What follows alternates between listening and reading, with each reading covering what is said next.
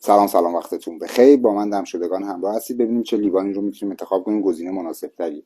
پلاستیکی حذف، مثلا این پلاستیکی اینطوریا چه یه بار چه دو بار چه سه بار فرقی نداره میخوای توش بخوری. حالا چه سرد چه گرم حذف بابت میکروپلاستیک ها و هورمون های شبیه استروژن داره توی داستان نازایی ها، توی داستان مشکل بیضه ها، توی داستان هورمون رو اصلا میریزه به هم. این از این حذفه. اینهایی که اومده هم روشنش داره، هم شفاف داره، هم نمیدونم اینطوری داره، از دور میبینی شبیه به 6 سالی پلاستیک چند بار مصرف هم هست. حذف رنگی باشه که حذف، هیچ فرقی این دوتا با هم دیگه ندارن، در کل حذف. پلاستیکی های معروف که میدید چایی و دانشگاه و فلان میخورید حذف کاغذی، ولی داخلش دوباره اون پلاستیک رو داره. آب سرد حذف، آب گرم حذف، اسیدی اینا هم که دیگه بدتر هیچ. میریم سراغ بعدی ها. مسی حذف، حالا قلمدود بود باز میشه گفت هر از چنگاهی، ولی در کل مسی حذف، چه سرد چه گرم. اسیدی که بدتر. آلومینیومی حذف، اونهایی که یخ میذارید و فلان رو توی یخچال حذف، به خاطر اینکه رسانه‌ای خوبیه توی داستان حرارتی سریع یخو میتونید در بیارید، به خاطر اینکه کسی از استیل استفاده نمی‌کنه. ولی در کل مس آلومینیوم حذف. نقره که حالا گرونه، حالا بعضیا داشته باشن اشکالی نداره، میشه استفاده کرد و میبینن بچه‌ها با اینا بازی میکنن. پلاستیکی ها حذف، خاله بازی میکنن، آب میخورن. آقا پلاستیکیش رو نگیرید. و میریم سراغ دیگه، بریم سراغ شیشه ها. شیشه همه مدلش اوکیه.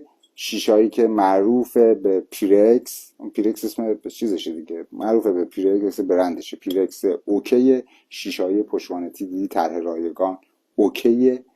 شیشه هایی که داخلش رنگی نیست، این داخلش رنگی نیست اوکیه، اما این بعضی از هست این داخلش هم هست، اونا نه، بابت اینکه باز رنگ داره نه. ولی شیشه ها در هر حالتی اوکیه. مهمتر از اون توی لیوان ها، بذار اینطوری بگم، لیوان کریستال سرب به شدت بالایی داره، نزدیک 40% سرب داره، کاملا حذفه.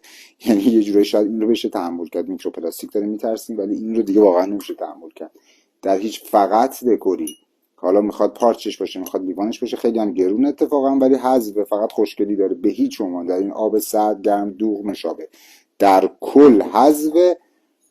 چیزی که خوبه تو اینها لیوان‌های معمولی شماست و این طرح‌هاش هم داخل جدار هستن، نه تو نه بیرون باشه که ایرادی نداره، داخلش نیست، لیوان معمولیه. حتی لیوان‌های با طرح سیکوره تو یعنی از جنس اونم هست اوکیه. لیوان‌هایی که مثل پیرکس هایی که مثلا توی آزمایشگاه هم استفاده میشه از اون جنس اوکیه. پشوانتی‌ها اوکیه. لیوان شیشه‌ای معمولی اوکیه. اون قدیمیایی که توی کارگاه و مکانیکیا دیدید و دسته‌دارا هست به اسم فرانسوی ما معروف بود اوکیه. لیوان اوکیه، اما کریستال حذفه. میریم سراغ بعدی. میرید به قول خودمون این چیزا، قهوه خوردن ها توی پلاستیک های دردار و فلان و یا توی این مدل ها که دردارن به شدت حذف. قدیما میرفت آقا کافه تو فنجون میخوردی اوکی بود. نکنید، واقعا نرید توی اینها قهوه بخورید. آقا نکنید، قهوه خودش هم اسیدیه، نکنید.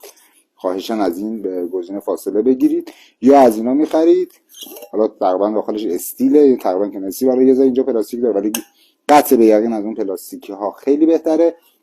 یا به صورت چینیش هست، جنس چینی هست که میتونید استفاده بکنید، اونها اوکیه، بخرید ببرید سر کار. من میخوام برم سر کار و از اینا بگیرم ببرم و اینا، آقا نکنید. حذف. تو دانشگاه چایی فلان حذف، یه دونه از اینا میذاری تو کیفت میتونی ببری. یا به مدل دیگه شیشه‌ای، حالا هر چیزی چینی ولی پلاستیک حذف. توی کافه ها به صورت استارباکسی و فلان اینا، تو استارباکس هم بری خودش داره چینی هم بعضی وقتا میده. نکنید، نخرید آقا، نخرید تا برای شما چینی بیاری یا همونجا بخورید. این روند توسعه مدرن توی شهرها ایجاد شده که من از این پلاستیکا بخرم ببرم سر کار، بخرم ببرم مدرسه، بخرم ببرم دانشگاه. نکنید، نخرید.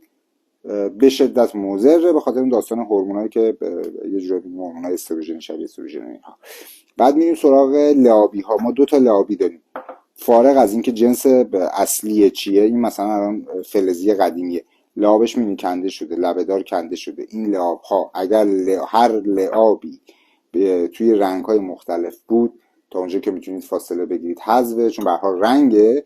حالا فارغ از اینکه جنس به داخلش آهن فلانی فلزی تازه لپه رو مپه رو این ور اونورش هم پریده، ایناش که مهم نیست، داخلشون سیاه نمیبینید، اینا حذفه.